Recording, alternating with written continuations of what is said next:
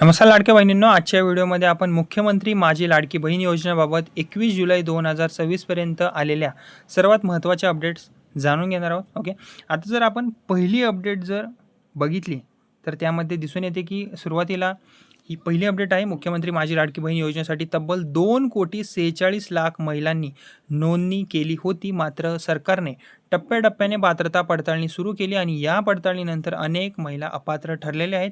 आता एकदा आपण जी संपूर्ण आकडेवारी आहे ती आपण एकदा पाहून घेऊया. ओके, आता या आकडेवारीमध्ये जर तुम्ही नीट निरीक्षण केलं तर दिसून येते की सुरुवातीची नोंदणी जी होती ती होती 2,46,00,000 महिला होत्या आणि KYC पूर्ण करणाऱ्या महिला किती होत्या? 1,90,00,000. ओके, आणि सध्या पात्र लाभार्थी किती आहेत? सुमारे 1,67,00,000 ते 1,70,00,000 महिला. तर CAG अहवालानुसार सुमारे 92,00,000 महिलांची नावे जी आहेत ती या यादीतून वगळण्यात आलेली आहेत. ओके, आता महिलांचा जो लाभ आहे तो का थांबला? जर यावर विशेष लक्ष दिलं तर महिला व बाल विकास मंत्री आदिती तटकरे यांनी अपात्र ठरण्यामागची प्रमुख कारणे सुद्धा स्पष्ट केलेली आहेत. ओके, आता कोणकोणती कारणे आहेत ते एक एक करून पाहूया आपण. पहिलं कारण म्हणजे KYC पूर्ण नाही आहे.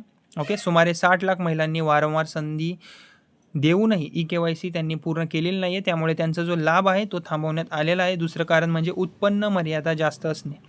ज्या कुटुंबांचे वार्षिक उत्पन्न 2,50,000 रुपयांपेक्षा जास्त आहे अशा 14 ते 15,00,000 महिला अपात्र ठरलेल्या आहेत लाडकी बहीण योजनेमध्ये. तिसरं कारण म्हणजे कुटुंब आयकर भरते. सरकारी पडताळणीत सुमारे 5,00,000 महिलांच्या कुटुंबातील सदस्य आयकर भरत असल्याचे आढळले, त्यामुळे त्या महिलांनाही योजनेतून वगळण्यात आलेले आहे.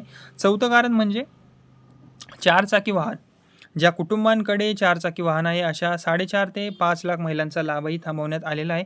आता बीड जिल्ह्याबाबत एक मोठी अपडेट आलेली आहे. ओके, सोशल मीडियावर बीड जिल्ह्यातील 28,00,000 महिला अपात्र ठरल्या अशी चर्चा सुरू होती. मात्र महिला व बाल विकास मंत्री आदिती तटकरे यांनी हा जो दावा आहे पूर्णपणे चुकीचा आणि तथ्यहीन असल्याचे स्पष्ट केलेले आहे. ओके, आता जी नंतरची अपडेट आहे ती जर आपण बघितली तर ती म्हणजेच की CAG म्हणजेच नियंत्रक आणि महालेखा परीक्षकांच्या अहवालीतील महत्त्वाचे जे मुद्दे आहेत ते सुद्धा बघूया. आता या अहवालात बेसिकली योजनेतील आर्थिक व्यवस्थापनाबाबत काही प्रश्न जे आहेत ते उपस्थित करण्यात आलेले आहेत.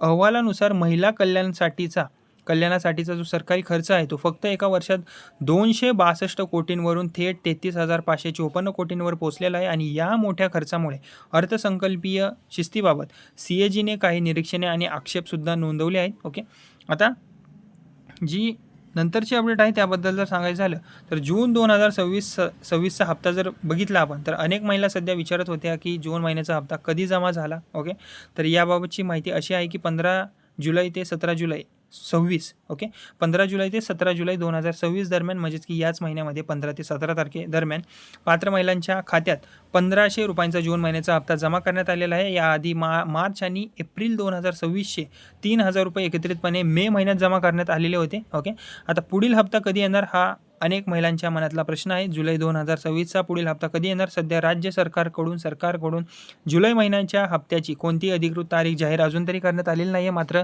सरकारने स्पष्ट केले आहे की पात्रता पडताळणी पूर्ण झालेल्या 1,67,00,000 ते 1,70,00,000 महिलांनाच पुढील हप्त्याचा फक्त आणि फक्त लाभ मिळणार आहे. तर लाडक्या बहिणींनो, जर तुमचे KYC अद्याप पूर्ण झाले नसेल किंवा तुमच्या अर्जामध्ये काही त्रुटी असतील तर शक्य तितक्या लवकर दुरुस्त करून घ्या, जेणेकरून पुढील हप्ता मिळताना तुम्हाला कोणतीही अडचण येणार नाही. आणि ही होती 21 जुलै 2026 पर्यंतची मुख्यमंत्री माझी लाडकी बहीण योजनेची संपूर्ण अपडेट.